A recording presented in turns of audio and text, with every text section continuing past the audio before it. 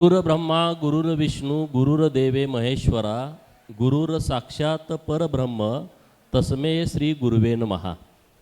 मी आज तुम्हा सर्वांना गुरुपौर्णिमेच्या खूप खूप शुभेच्छा देतो। आज मी खरं तर भाग्यवान आहे। गुरुपौर्णिमेच्या दिवशी आपल्या श्री गुरुबसव महायोगी स्वामीजी महाराजांच्या मठामध्ये आज मला वेळ देता आला, मला आशीर्वाद घेता आले।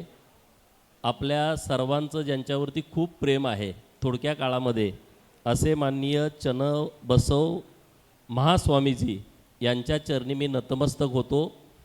आपल्या सर्वांच्या वतीनं गुरुपौर्णिमेच्या मी स्वामीजींना खूप खूप शुभेच्छा देतो। हुबळीहून आवर्जून आपल्या या कार्यक्रमासाठी आलेले श्री शिवशंकर शिवाचार्य महाराज यांचं आमच्या जत विधानसभा क्षेत्रामध्ये आपण जोरदार टाळ्या वाजवून स्वागत करावं।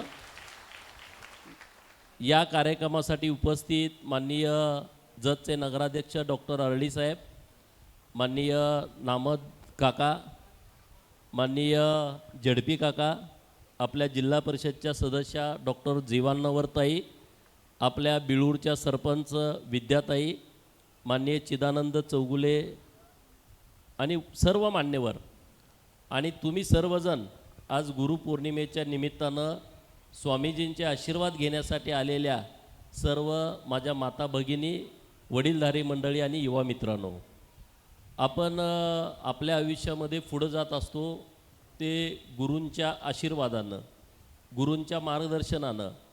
प्रत्येकाला आयुष्यामध्ये प्रत्येक वळणावरती गुरु भेटत असतो।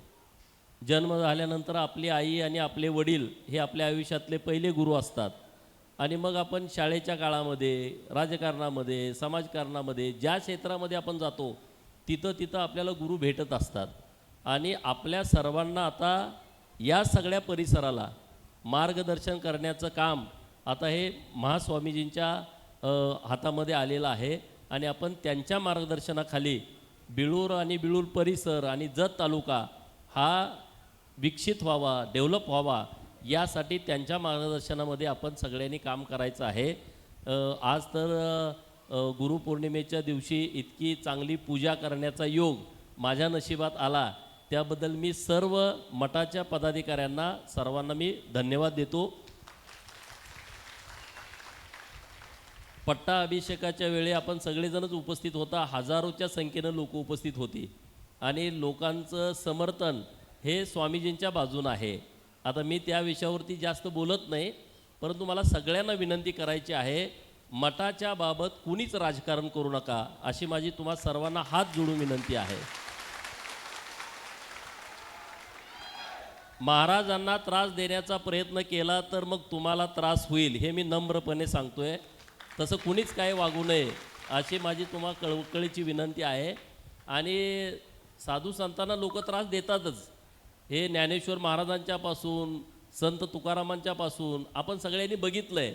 परंतु महाराजांचं काम हे लोकांच्या जीवनामध्ये बदल करण्याचं आहे, लोकांच्या जीवनामध्ये सुख यावं, समाधान यावं, शांती यावी, या परिसराचा विकास व्हावा, यासाठी त्यांनी त्यांचं आयुष्य पूर्णपणे अर्पिलेलं आहे।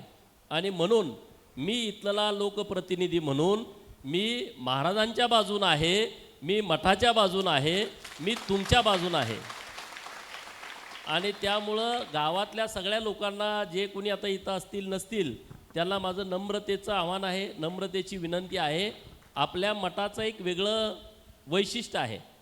आता मी महाराजांच्याकडूनच ऐकलं, जे आपले श्री गुरुबसव महाशिवयोगीजी महाराज आहेत, त्यांचं खूप मोठं काम आहे कर्नाटकामध्ये, महाराष्ट्रामध्ये खूप मोठं काम आहे। त्या काळामध्ये 100 वर्षापूर्वी, म्हणजे 104-5 वर्षापूर्वी या मठाची स्थापना झालेली आहे।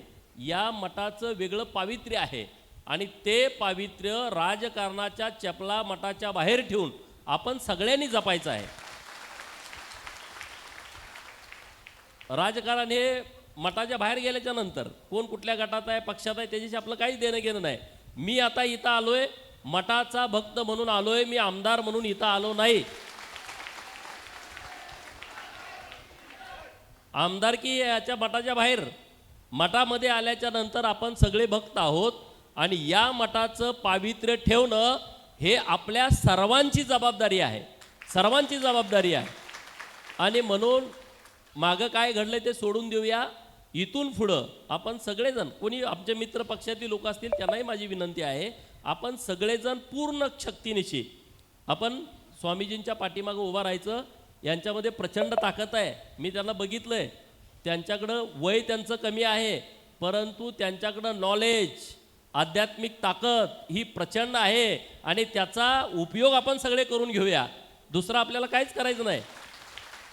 आपण सगळे त्याचा उपयोग करून घेऊया. आपल्या जीवनामध्ये बदल करण्याच्या दृष्टिकोनातून एक पॉझिटिव्हिटी एनर्जी ही स्वामीजींच्याकडे आहे, महाराजांच्याकडे आहे. त्याचा लाभ आपण सगळेजण घेऊया. हे काय हे ठिकाण राजकारण करण्याचं ठिकाण नाही आहे. आणि म्हणून आपण सगळेजण पूर्ण शक्तीनिशी हे मठाच्या बाजूनं ठामपणे उभं राहू. मी या मठाचा भक्त म्हणून मी मठाच्या बाजूनं ठामपणे उभा आहे. आणि त्यामुळं अत्यंत स्पष्टपणे म्हणजे बोलायचं ठिकाण नाही, पण बोलणं गरजेचं आहे. कारण मी गेले 2-3 महिने बघतोय तर हे आपल्यासाठी चांगलं नाही, बिळूर गावासाठी चांगलं नाही, बिळूर परिसरासाठी चांगलं नाही, जत तालुक्यासाठी चांगलं नाही. हे मी नम्रपणे सांगतोय. जर महाराजांना आणि मठाला त्रास देण्याचा प्रयत्न केला तर तुम्हाला त्रास होईल, एवढं मी बोलतो आणि थांबतो. जय हिंद, जय महाराष्ट्र.